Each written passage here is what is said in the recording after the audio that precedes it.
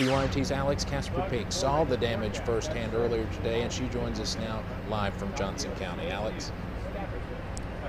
Steve and Angela, people are still in shock here as they rummage through what's left of their home. Right now, they're just trying to save anything they can, which to most is nothing. The water just came up like in 30 minutes. It was all gone. All many in the Flat Gap community have left after Monday's flood is the clothes on their back. We went and bought a simple toothbrush, toothpaste, just simple things you take for granted.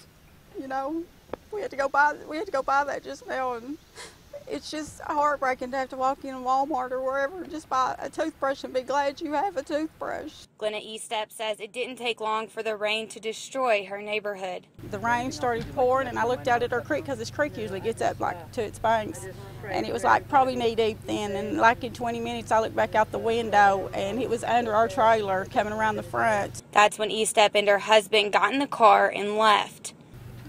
The trailer just, everything went. Things was coming down through here, and we was running trying to get people out of these trailers, and it's just horrible. A flood that would completely destroy her trailer along with several others. Rescuers tell me last night people were being saved from trees and rooftops. Now, as Steve told you earlier, searchers are still out looking for 6 people who are unaccounted for and 2 have been confirmed dead. Back to you guys.